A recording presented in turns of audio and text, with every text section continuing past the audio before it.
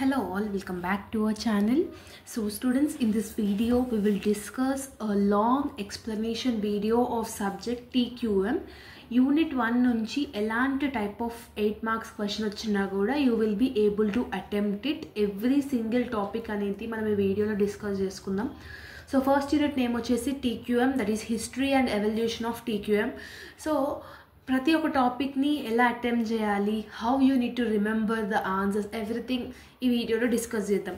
ఓకేనా? By end of this video you can only get to know that any type of questions 8 మార్క్స్కి మీరు attempt చేసే విధంగా ఉంటారు. ఓకేనా? అండ్ 8 మార్క్స్కి కాబట్టి side by sides 2 pages minimum రాయాలి.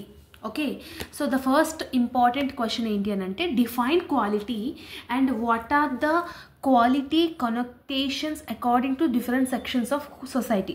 అసలు ఈ క్వాలిటీ అంటే ఏంటంటే according to doctor Edward Deming ఈ క్వాలిటీ ఏం చెప్తున్నానంటే కస్టమర్ ప్రజెంట్ని, పాస్ట్ని, ఫ్యూచర్ని, ఈ మూడిటిని నీడ్స్ని, like quality should be aimed at the needs of customer present and future. అంటే క్వాలిటీ అనేది కస్టమర్ యొక్క నీడ్ని ప్రజెంట్ ఇప్పుడు ఏమనుకుంటున్నాడు, ఫ్యూచర్లో ఎలా ఉండబోతుంది, దాన్నే మనం క్వాలిటీ అని అంటాం. ఓకేనా? అకార్డింగ్ టు ఆర్మండ్ వాళ్ళు ఏం చెప్తున్నారంటే quality is the total composite of the product and services, features of marketing, engineering, manufacturing and maintenance through the product and service expectations of A customer. ఇక్కడ ఆర్మండ్ వాళ్ళు ఏం చెప్తున్నారంటే కస్టమర్ ఆర్ కన్జ్యూమర్ యొక్క ఎక్స్పెక్టేషన్స్ని reach అయ్యేటట్టు, ఆ product వాళ్ళకి అన్ని విధాలుగా కరెక్ట్ అయ్యేటట్టుగా ఉంటే దాన్ని మెయింటైన్ చేస్తే దాన్ని మనం క్వాలిటీ అని అంటాం. ఇక్కడ 3 డెఫినేషన్స్ ఉన్నాయి. అవుట్ ఆఫ్ దిస్ 3 డెఫినేషన్స్ ఏదైనా ఒక్క డెఫినేషన్స్ మీరు నేర్చుకుంటే సరిపోతుంది. అకార్డింగ్ టు మీ డాక్టర్ ఎడ్వర్డ్ అంటే ఫస్ట్ డెఫినేషన్ ఒకటి is important. Okay, so connotations of క్వాలిటీలో డిఫరెంట్ సెక్షన్స్ అనేది ఉన్నాయి. ద ఫస్ట్ వన్ వచ్చేసి quality connotation for product user.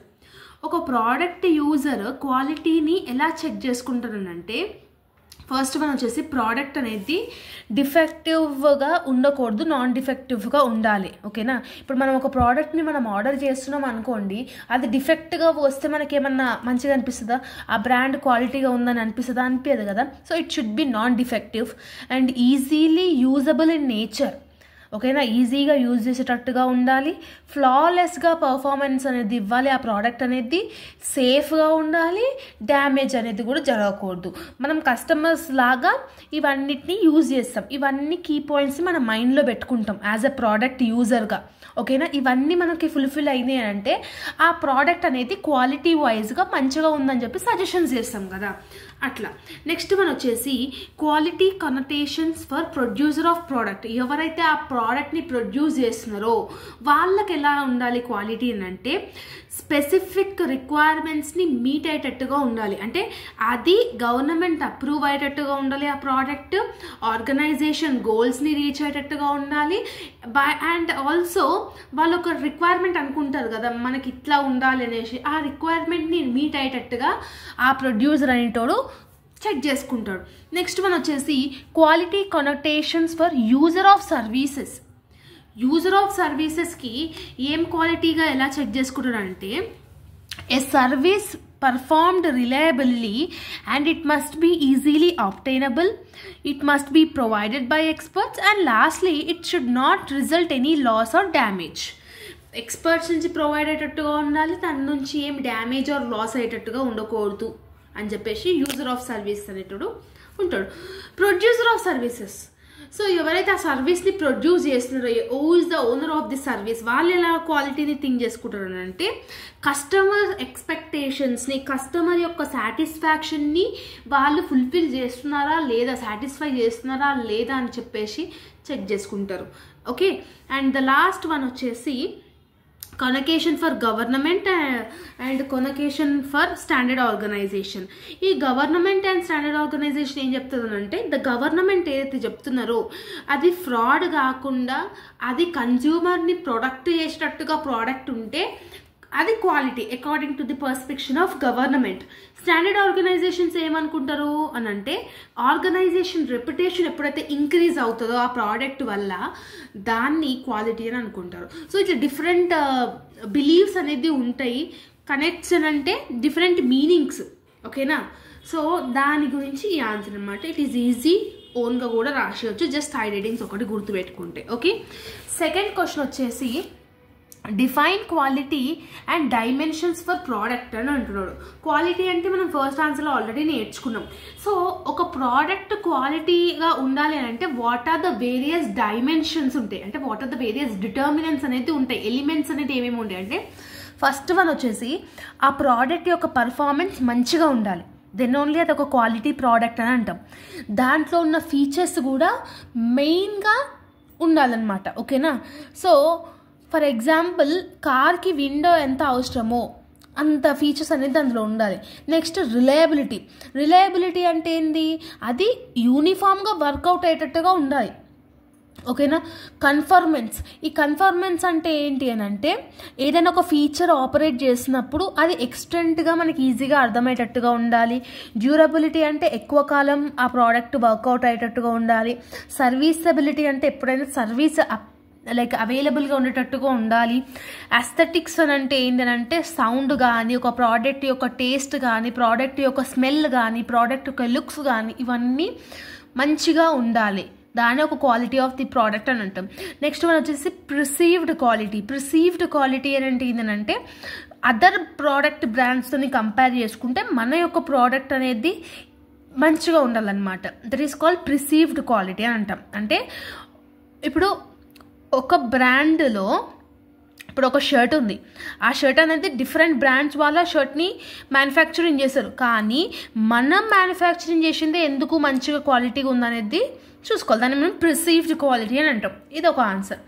Next one వచ్చేసి క్వాలిటీ డైమెన్షన్స్ ఫర్ సర్వీసెస్. ఇది ప్రోడక్ట్కి, ఇది సర్వీసెస్కి ఏమేమి ఉండాలి, ఏమేమి ఫుల్ఫిల్ చేయాలంటే, ఫస్ట్ వన్ వచ్చేసి టాంజిబుల్నెస్ అని అంటే ఏంది అని అంటే ఫిజికల్ యాక్టివిటీస్, ఫిజికల్ ఆస్పెక్ట్స్ ఏవైతే ఉంటాయో, ఓకేనా, దాన్ని మనం టాంజిబుల్ నేచర్ అంటాం. అంటే కంటికి కనిపించేది టాంజిబుల్ నేచర్ అని అంటాం. ఓకే, నెక్స్ట్ వన్ వచ్చేసి సర్వీస్ రిలయబిలిటీ.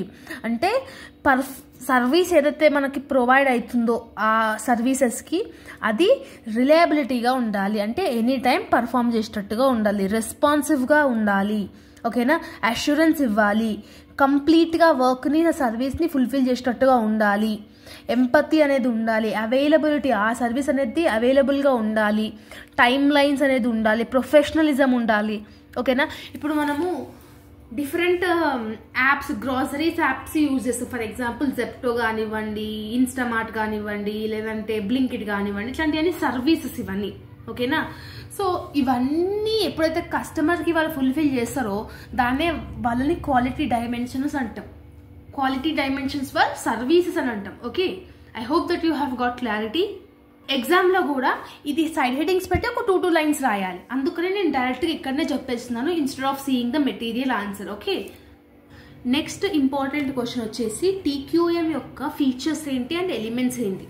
అసలు ఈ టోటల్ క్వాలిటీ మేనేజ్మెంట్ అంటే ఏంటంటే to improve the effectiveness, flexibility and competitiveness of a business. అంటే ఒక బిజినెస్ని ఎంత మంచిగా పర్ఫామ్ చేయాలి, ఎంత ఫ్లెక్సిబుల్గా ఉండాలి, ఎంత కాంపిటీషన్ ఇచ్చేటట్టుగా ఉండాలి అనే తెలిపేదాన్ని మేనేజ్ చేసేదాన్నే TQM అని అంటాం.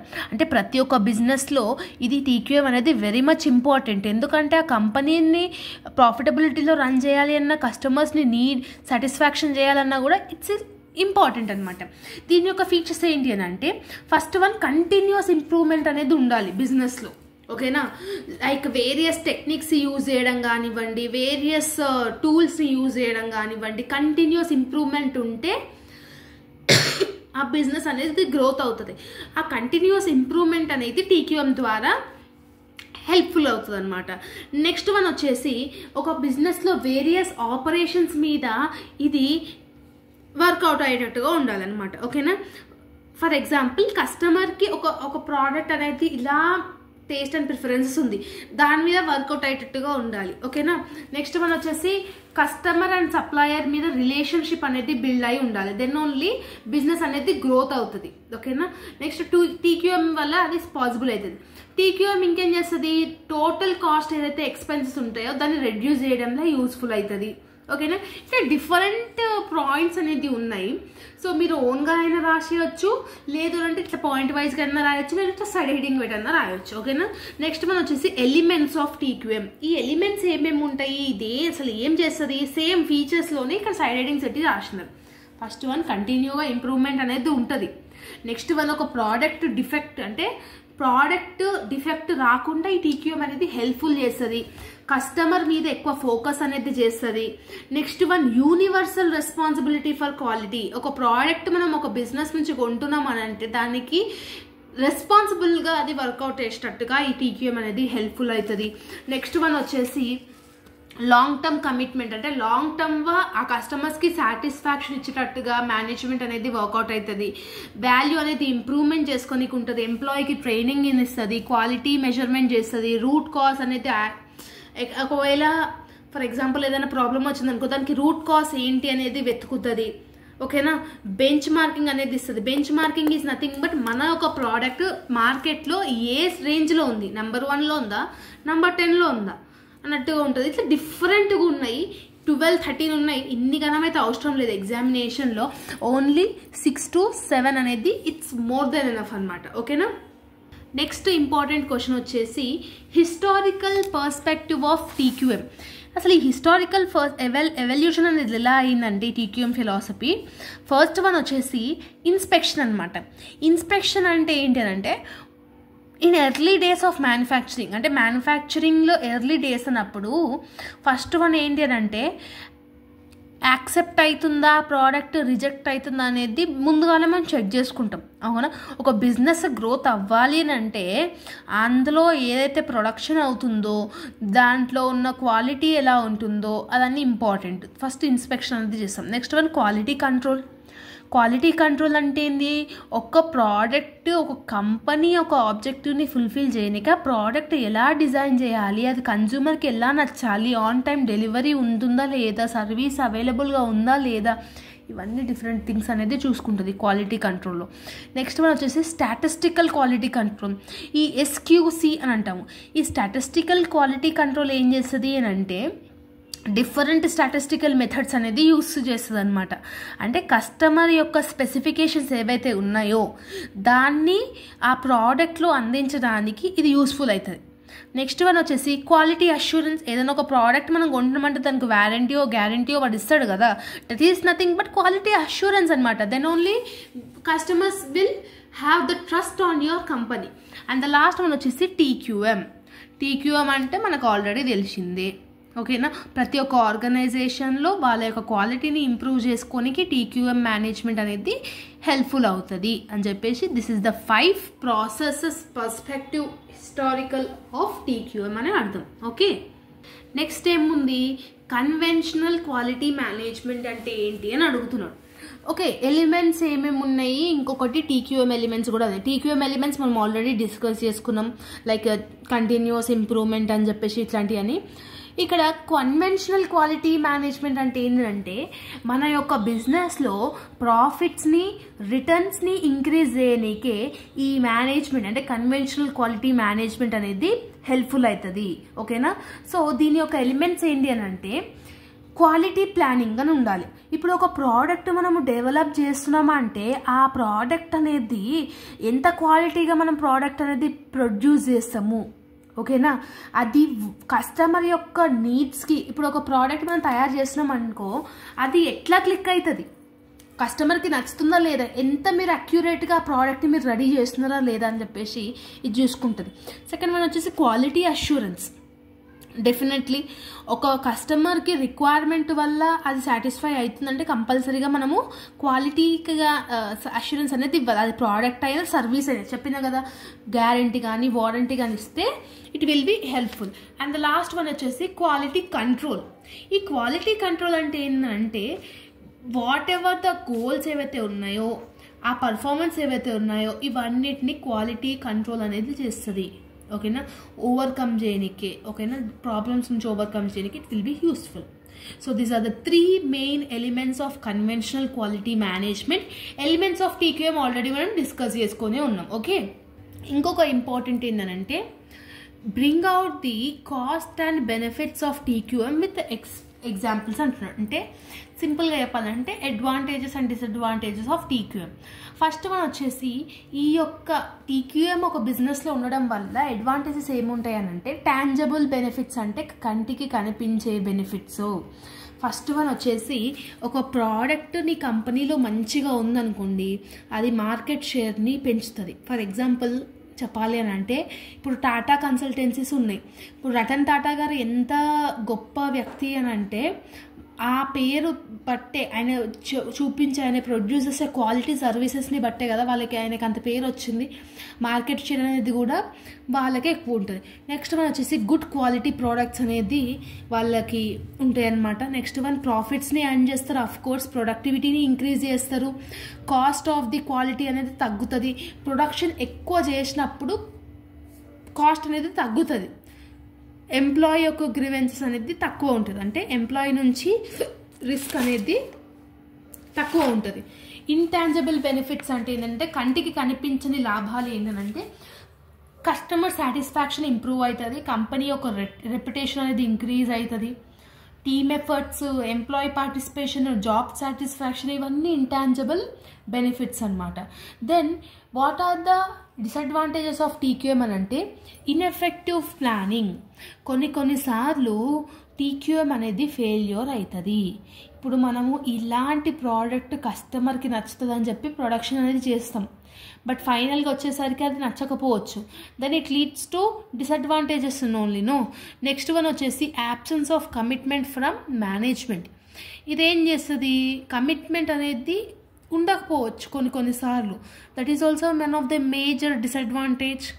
నెక్స్ట్ వన్ వచ్చేసి effective management tools, measurement tools అనేది ఉండకపోవచ్చు. ప్రతిసారి కరెక్ట్గానే తీసుకుంటాం డెసిషన్స్, ప్రతిసారి ఇవన్నీ ఓకే అయితే అంటే కాని పని. నెక్స్ట్ వన్ వచ్చేసి cultural of the organisation. So inability to change the culture of organisation. కొన్నిసార్లు మన యొక్క ఆర్గనైజేషన్ కల్చర్ని మనం చేంజ్ చేయలేకపోతాం, అవునా. So that is also one of the main disadvantages of TQM. ఇక్కడ కొన్ని ఎగ్జాంపుల్స్ అడిగి ఉన్నారు కాబట్టి ఇక్కడ చూస్తున్నాను కంటిన్యూస్ చేంజ్ అనేది ఎలా అనేది ఇంక్రీజ్ అవుతుందని. ఇప్పుడు BMW తీసుకున్నారు. సో వెన్ BMW కంపెనీ TQMని ఇంక్రీజ్ చేసినప్పుడు వాళ్ళు ఏం చేస్తుంది, ఎవ్రీ ఇయర్ వాళ్ళ యొక్క క్వాలిటీని ఇంప్రూవ్మెంట్ చేసుకుంటూ పోతుంది. సో ఎక్సలెంట్ ప్రోడక్ట్స్ని వాళ్ళు ఎవ్రీ ఇయర్, ఫర్ ఎగ్జాంపుల్ మీకు అర్థమయ్యేటట్టుగా చెప్పాలంటే ఐఫోన్ ఎవ్రీ ఇయర్ ఒక వర్షన్ రిపీట్ అవుతుంది. సో దట్ కన్జ్యూమర్స్ అనేటోళ్ళు, అంటే కస్టమర్స్ అనేటోళ్ళు ఎక్కువ సాటిస్ఫై అవుతారు అండ్ గ్రేట్ క్వాలిటీ అనేది ఉంటుంది వాళ్ళ దగ్గర, ఓకేనా. ఎఫెక్టివ్ ఫీచర్స్ అనేది కూడా ఉంటాయి. దీనివల్ల డిసడ్వాంటేజెస్ కూడా ఉంటాయి. ఏంటి అని అంటే ప్రొడక్షన్ అనేది పూర్ క్వాలిటీ అనేది పోవచ్చు, ఓకేనా. So comparatively to that most of the things ఏంటంటే కాస్ట్ కూడా తగ్గకపోయే ఛాన్స్ అనేది కూడా ఉంటాయి. ఆర్గనైజేషన్ హ్యూజ్ కాస్ట్ అనేది ఇంక్రీజ్ చేసేటట్టుగా ఉంటుంది. ట్రైనింగ్ కానీ, ట్రైనింగ్లో ఇన్వెస్ట్మెంట్స్ కానీ, ఇంకా ఏదైనా దాని గురించి కానీ it will be difficult to understand it. So this is the important question. Okay, so that's it. This is about the Unit 1 explanation of TQM. Hope you got understand. If you having any further doubts, let me know in the comment section. So ఇలాంటి explanation question నుంచి కంపల్సరీగా ఒక question అనేది 8 మార్క్స్లో వచ్చే chance అనేది ఉంది, ఓకేనా. All the very best for examination preparation. See you all in next video. Bye bye everyone.